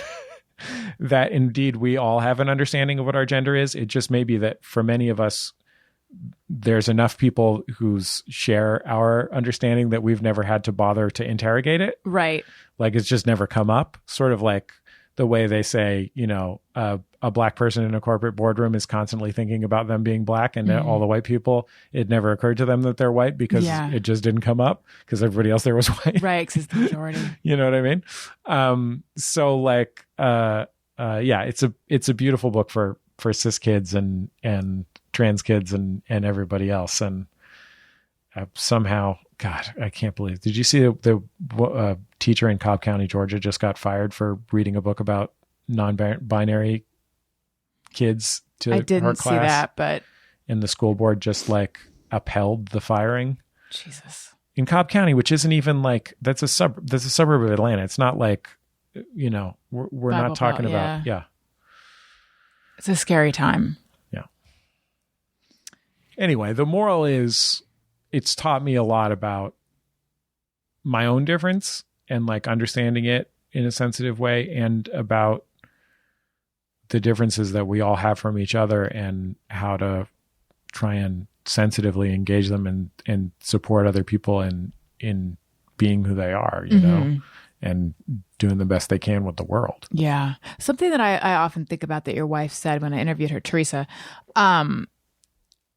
was that... Thank you for clarifying which way. Well, you have so many. Yeah. So, and I don't know if they all write books, and if they might have all come on my show. That you can't make your kid be a different gender than they are. So when they present these things to you, and I think because at that time, like a lot of kids, I and I feel stupid even saying this, but like Elliot really took an interest in Frozen and wanted to dress as Elsa and, you know, all this stuff. Yeah. And it's like, when that first comes up, you're like, well, of course I want to support whatever he is, but Right. should I, am I don't know, like giving him all of his dresses. What does that do? Or what? I don't know. Right. Do these things that everyone, I think it's because we imagine this sort of agency for ourselves Yes. as parents. Like, I often think, because people, you know, as a minor public figure with trans kids, like people sometimes like suggest the sort of cliche is that people suggest I'm transing my kids, right? Right. That I've like somehow convinced and I'm like, in what world would I look at the option and be like, you know what? This one seems like the good one. This is the chill one. This this is the smooth sailing path, right? Like, no, the reality is that if I could tell my kids, be cis and it worked, right. I do that just because it'd be safer and easier for them. Of course. Yeah. I mean, not because I love them any less than they're anything else or that anyone should be anything other than what they are. You always want the easy path for your kids. That's just not what the world is, right? Yeah. It's the same as, you know, I'm sure people are like, want their kids to become CPAs and be happy being CPAs. And then they find out they're an artist, you know, like, or whatever their idea of how they can make their kids be something. Right. And it's in like, the evidence is very, very, very, very, very clear that it is in our bodies. It is not something that you can make happen. Right. And that it is a much broader group of expressions than we would like for it to be for convenience sake. And that all you can do is say, this is the reality as it is being expressed to me. And for me, what I have learned is that my job is to hold lightly my understanding of who I think my kid is, because they are them, right? I'm not like, I'm the boss of them in the sense that I tell them to clean their room, but I'm not the boss, and you can't define them. I can't define them. They have agency. They're a human. They're themselves, you know? And so even with gender identity, right? Like, why do I say all three of my kids are gender nonconforming? Because I just try and hold it lightly, you know, like, all my kids are using she, her pronouns these days. And I'm like, great. And if they want to do something else later, that's also fine. It's going to be fine. Like, I'm going to listen instead of telling them, because me telling them can only have bad effects. Like, me trying, I can't convince them. I can only make them suffer. Yeah. You know, like, I want my kids to know, yeah, I'm on your team. Like, we're on this team, you know, like yeah. That's a lot though in a few years. Oh yeah. No shit, dude. Yeah. And my dog died. Did I mention my fucking dog died? No, you didn't. But I remember you tweeted. When was that? That was, I guess, about a year ago. We just spread her ashes at my cabin. Cabin's named after her. But you know, what was her name? Coco. Oh yeah. She was like, my wife and I had adopted a dog named Woofy, and he turned out to have distemper, and he died not long after. And you have a Woofy keychain, right? Yep, I do. It's on my keys right now. And it's his tag. And I just thought I'd never love anything ever again. And then we got Coco, and Coco lived with us for 12 years or something, 13 years. No, more than that, because we had her well before 14 years. And, you know, she got real old. And I felt like, it's funny, like when the pandemic was at its most horrific, I was like, Coco, just hang in there for me, okay? I was like, buddy, can you just, like, I told Teresa, I'm like, Coco can live in the kitchen and I'll clean up her pee. She can hang in there for a little while longer. Right. Like, let's hold off on doing anything. She sure did, she sure did. And she never, for me, I think, like, as Mr. Independent, take care of myself, don't want to be a burden to anyone, but also Mr. Completely Dependent because I have a horrible disability of chronic debilitating migraines. Like, when my wife had to dedicate herself to being a parent and couldn't take care of me when I needed taken care of because of my migraines and stuff, like, the dog took care of me. She would come and put her head in my crook of my arm when I was, like, on the bed crying from, a headache or whatever. She'd just come and be there with me. And I was like, when she was finally done, I was like, shit, man, she stuck with us when we needed that. Because I really, truly couldn't have made it through my kids' crises and my dad passing without the dog. It's just her idiot sister. What's her idiot sister's name? Sissy. My dad actually named her Sissy because she was going to be Coco's little sister. She's just a little bag of rocks in her head. Do you think you'll get another one? One day. We have to stabilize our lives to the point where I can, whatever dog we get, I can teach it not to pee on the rug, right? Yeah. It's so hard. That has been a weird realization for me that loss is loss, and losing. And I hope I'm not offending, I guess, my close family who listens. I don't think they'd be offended. Like, losing my dad has not been. Let me rephrase that. Losing my dog was the same pain as losing a person. My therapist was like, you know what? Don't worry about it. It's fine. You really loved your dog and your dog loved you and took care of you. And that's what dogs are. That's why people like to have dogs. Right. Because they're amazing at that. Yeah. And that's fine. You don't have to, and it doesn't even have to be like, this is my fur baby, right? Like, it doesn't have to be a person to have that. It can be a dog. Yeah. Like, my dog was a dog. She's a very weird dog. And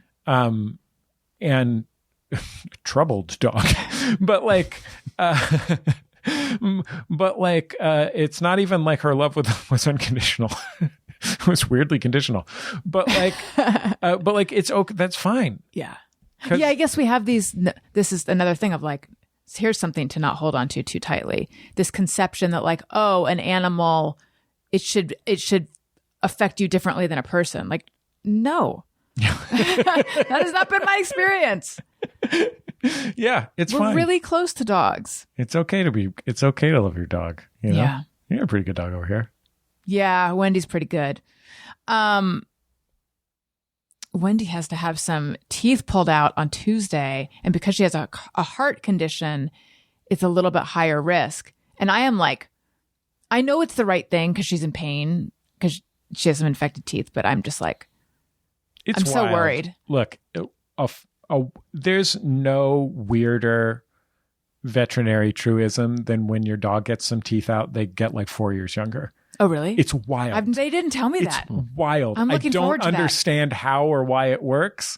But like one time a vet said that to me, and then every time our dog has had teeth out that needed to come out, it has been transformational. And you're like, okay. Oh, that makes me happy then. Okay, good.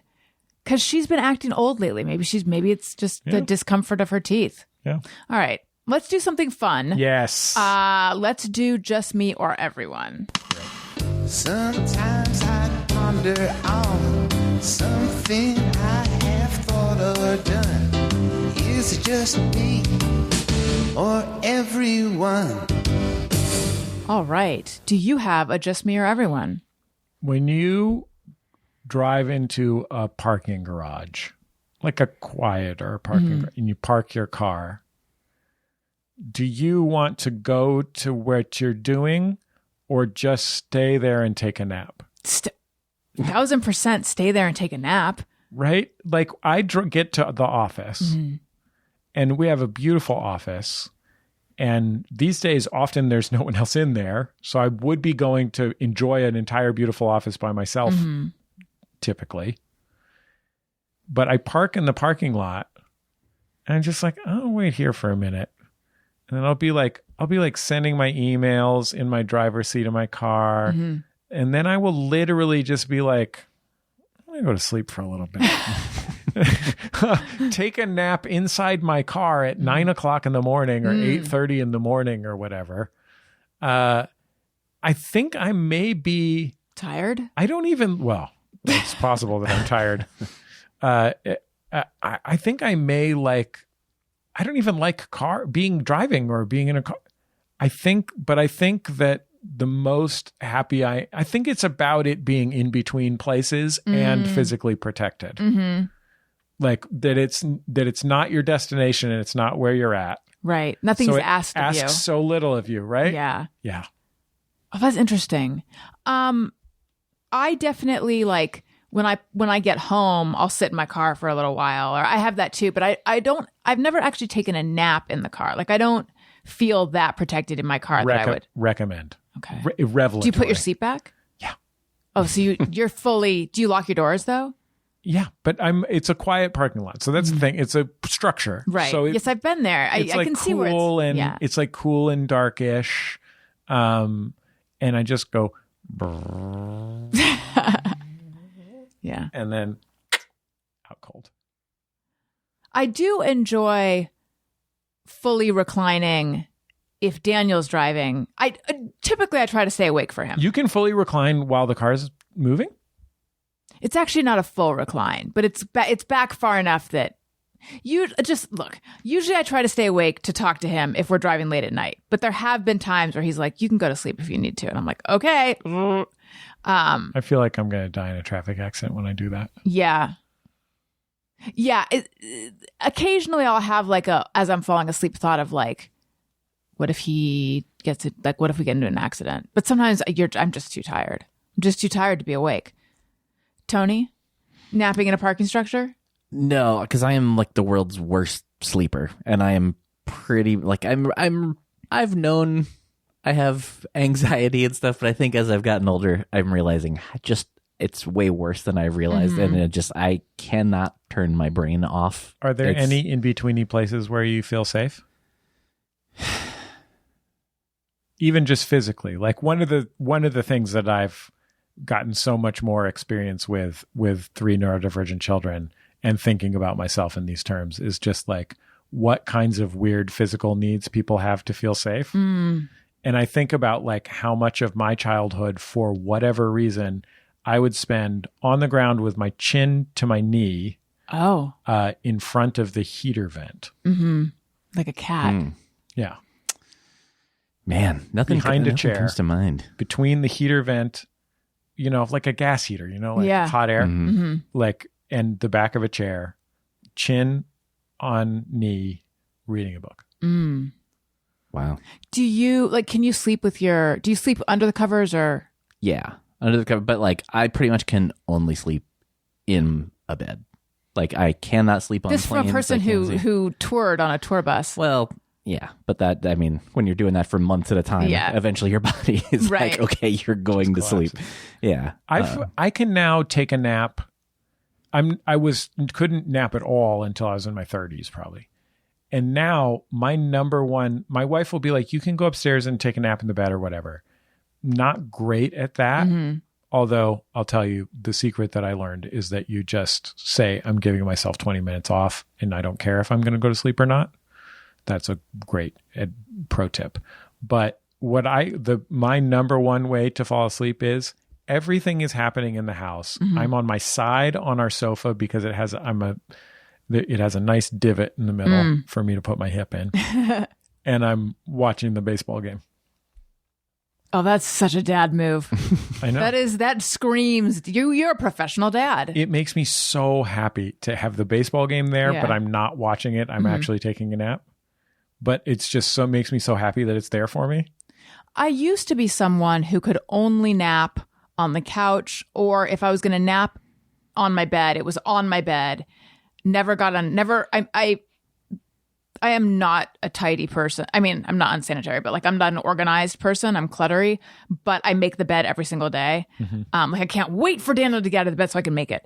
Sometimes I'll like make my side when I get up and he's still asleep. But so I would never unmake the bed during the day. And sometimes I would like take my pillow and put it at the foot of the bed. Like that's how much I'm not committing to getting in bed. And then I think it was when I was pregnant that it all changed. And now I'll get back into bed as many times during the day as I can.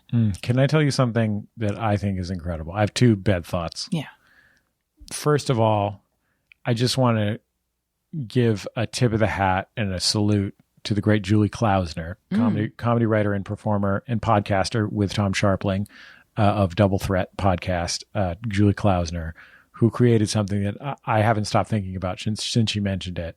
It's where you get your favorite foods and all your bedclothes sort of around you in a circle. It's called a snack nest.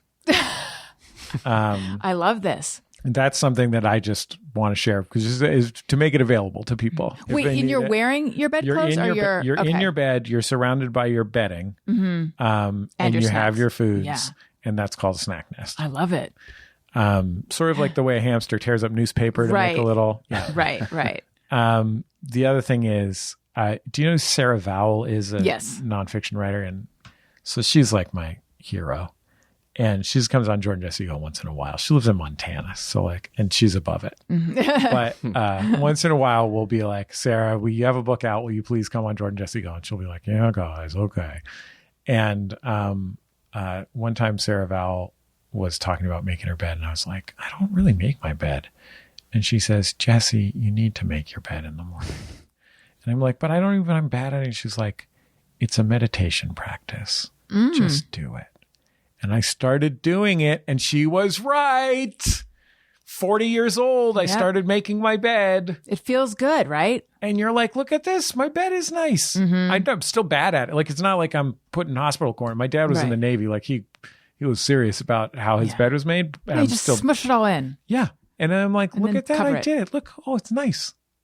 Yep. Look, I did it. What's your throw pillow situation? I put it back together. We just have 2 no miscellaneous. Just yeah. I'm kind of 2 decorative pillows in addition to the 2 standard pillows. Same. I grew up in a house with like, oh, this is the neck roll pillow, and this little square, and this rectangle, and just a whole buttload of pillows, and I don't like that. I use the decorative pillows to put underneath my knees for sleeping from my back. My doctor recommended it. Makes a big difference. Well, there you go. Tony, do you make your bed? Sometimes, not always. And it's just depends. Like if I'm going in and out of the room, because it's like, I don't think about it unless I see it. Right. But if I see it, I'm like, yeah, this is bothering me. Okay. I like things to be nice. So. Sounds chaotic to me. And do you have a hey, go fuck yourself? Yes, I do. Summer. Oh, yes. Just the entire season. I don't like amusement parks or the seaside. None even of the good things about summer A fair, are county even. fair. I do like the county fair, but it's too hot there. Yeah. I can't deal with it because it's too hot there. That's a good point. I love the idea of going to the fair, but anytime I go, I'm miserable the entire time. Yes. Oh, I just want to see the 4-H children and their bunnies. I don't want to get a heat stroke. For me, I think like there's 2 factors. Number one, I'm from San Francisco where there is no summer, right? So like to me, I'm fine with a summer that peaks at 84. That's too hot. Yes, but I mean, Right. it's a nice place to visit for 2 weeks. Yes. To me, summer is 2 weeks of it being 84, which is totally fine. It's fun to be 84 for 2 weeks. Yeah, it's novel. So that's element number one. Element number 2 is because of my migraines, just like being out in the sun is just like a guaranteed freaking suffering. And so I have cultural, like I'm unprepared for it as a person who was raised in a place where it's never hot. And I have a physical reaction to it that's just miserable. And yet I live in Los Angeles. Yeah, what are you thinking? Because Go to Montana. they don't have show business there. I know. They don't have show business there. Yeah. Yeah, but my mom is from D.C., and I spent a couple summers in D.C. That's And hot. The humidity. You can't awful. even believe that it's, for me, you know how people are like, why does anybody want to spend the money to live in California? You're like, have you been to other places? I don't even know how human life exists 7 months of the year in Chicago. Yeah. Of course, yes, of course, Chicago is an incredible, beautiful city. Of course it is. But how do you even live when it's August in Chicago? How do you do anything? No, I feel the same way. Anything. I've only been to Chicago when it was cold. Does it get It's crazy the hot same. there? The heat It's is as awful. bad as the cold. Yeah. Okay. Nobody They are talks the about that. same scale. They talk about the wind Yeah, they talk about and the cold, pizza, and that's it. Those Yeah. summers are brutal. Yeah, Okay. You're that's just walking through soup. that's why when you're there and it's like May, and you're like, "Fuck, Chicago is like at least 85% as good as New York, and it costs 40% as much to live here. Why doesn't everyone just live in Chicago? Like, this is pretty great." That's how proud Chicagoans feel. Yeah, you're like, this is great. This is like New York, but you don't have to be so good looking. And you're like, Chicago's, look at this gorgeous city. Like, look at all this amazing stuff you have access to, whatever. But then anytime it's any other month, you're like, how is this fit for human habitation? Yeah. Yeah. I miss New York a lot. The cold did not bother me, but in the summer it was. I mean, that's soupy too. Yep. But Chicago's worse, you're saying? Sure, it was worse than New York. The Midwest, kind of in general, like some of the like Chicago, St. Louis, Nashville, all those places are Interesting. pretty gross. Nashville is Yeah. humid too. Oh yeah. Yeah, they're all, it's pretty brutal. Like, people are like, well, why would anyone want to pay whatever to live in Santa Cruz or San Francisco? Or you're like, yeah, because it's really nice. Like, sure, there's like cultural values, blah, blah, blah, blah, blah, blah, blah, blah, blah. But mostly it's because the weather's nice. Yeah. Like, the weather's really nice. My mom grew up in Northern California. I was born in Northern California. She grew up in Northern California, and she said the fog would get to her, like it was depressing, which I love a gray day. I cannot imagine being depressed by that. To me, the fog is there are parts of San Francisco where the fog is omnipresent. And I grew up in the Mission, right in the middle of San Francisco, where the fog is very transitory. So it's sort of like San Francisco, the day has a sort of rolling pattern to it. It changes through the day. And it changes in just small places within the city. To me, like, the perfect weather, if I could choose anything, is Santa Cruz or like the East Bay, Oakland, where it's like a little warmer than San Francisco, but it's not that hot, and it's wet when it's the wet season, but it's not like miserable and dank all the time. It just rains, which I love rain. But my stepmother is from Belfast in Northern Ireland, and to her, the ultimate climate is this place called Donegal in the north of the Republic of Ireland, sort of northwest corner of the island of Ireland. And Donegal is like the towns along the coast just south of San Francisco, which is to say that it's just brutalist concrete gray. It's just the sky is always looks like a 19th century painting of a stormy sea. It's like grays and greens. You're like, how is the sky green? That is her ideal, but that is a little too much. I like the nice thing about the Bay Area is it does get sunny in the day. It's foggy until 10 and then it clears up. I think I'd be okay with a permanent gray, but maybe I'm wrong. I would like to find out. And I'm not getting it in Burbank. Jesse Thorn, this was delightful. Thank you so much. Thank you for coming on and allowing me to ask you to tell sad stories and all that stuff. Listeners, I would be remiss if I didn't remind you that my merch store is now live. T-shirts, hats, Mug? tank tops. Oh, more than just mugs Wow. with a Z, Well, because pint glass. there's probably a lot of people out there looking for their new favorite mug. I think they are. And there's an array of mugs, and some of them, at least one, comes in 2 different sizes. So if you're like, yeah, it's I know. Yeah, I might be giving call them that too much. Unleaded and leaded when I'm drinking my coffee. That is okay? good. When you're drinking your go juice, that is good. Daddy needs his coffee. See, even Jesse knows the value of a good mug.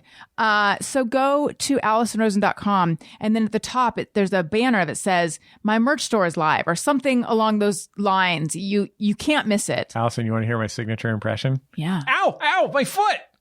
That's someone trying to have their morning coffee, but they don't have an Allison Rosen mug. Exactly. There's no mug there. Yeah, hold the so they're coffee. burning So they're themselves. It's pouring it onto steaming their own feet. hot. Yeah. Thank you. I think we need to make a drop of that, and we need to use it when I talk about my merch store, please. Do we need to get a clean one? Hit it, Jesse. I think we got it. Oh, you think we got it? Yeah, Okay. All right. Can you wet it in post? Put a little reverb. Yes. So that Give it they're like, a richer sound. yeah. So it's like someone drinking their coffee in the morning without a mug, but they're in a bathroom. Sure. Or in that famous recording studio, the Frank Sinatra recording studio in the Capitol Records building. Mm-hmm. Yeah, that's kind of what I want. I want to have that rich sort of. I can hear it. I can visualize. Yes. I got the plugins. We'll make it happen. Great. Follow me on social media at Allison Oh, Rosen. can you do it in analog, please? Oh, yes, for the buttery tones. Yeah. Yeah, we'll get a turntable in here anytime you want me to. Yes. Great. Yes. Something with tubes. And I'm on TikTok, the Allison Rosen. Jesse, where might we find you? You can find me on tour with Judge John Hodgeman up and down the East Coast of the United States and the Midwest of the United States. It's our Van Freaks Roadshow tour because we are into vans. So Hence Van Freaks. Yeah. vanfreaksroadshow.com. You can find all of the dates. And if you're an Allison Rosen fan, why not listen to a recent episode of Jordan Jesse Go with Allison Rosen? Jordan Jesse Go is our silly, all bullshit nonsense, a lot of swearing and vulgarity with Jordan, who's a regular here. He was just on this past Thursday, and I'm going to be on an episode coming up next month, I believe. And if you love arts and culture, and I know, Tony, you love art, right? Don't get me started. Yeah. That's nice. I host an NPR show called Bullseye, and why not listen, for example, to my recent interview with Smokey Robinson? Yes. Wow. Yes. Do it. I interviewed Smokey Robinson. I can't believe it's real, but it's right there on tape. Go listen to it. Tom Hanks recently. Go listen to Tom Hanks. Look at that. Nice. But who is like your biggest get for that you personally? Was it David Letterman? Yeah, it was David Letterman. Yeah. It was, yeah. David Letterman was asking me if I liked the kind of seltzer that I was drinking, and I was like, is this real? Is my life real? What kind of seltzer was it? It wasn't a Polar. It was oh gosh, what's that Was it called? a bubbly? No, it wasn't a bubbly. It wasn't one of those froofy ones. It was a middle of the road one.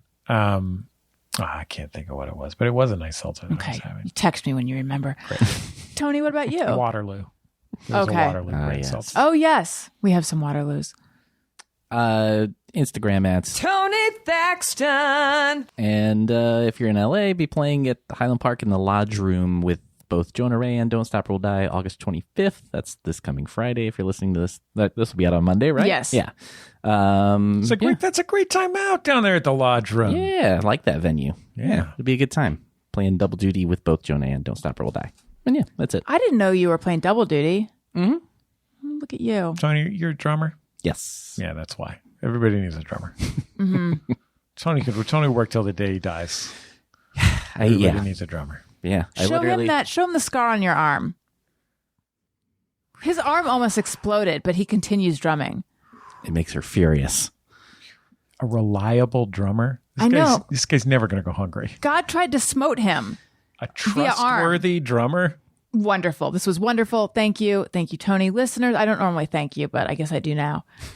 I was just feeling My pleasure. magnanimous. Yeah. Yeah, thank you for finally thanking me after all these years. Listeners, thank you for listening. I love you. You matter. Goodbye. Hey, do you know about the Allison Rosen show?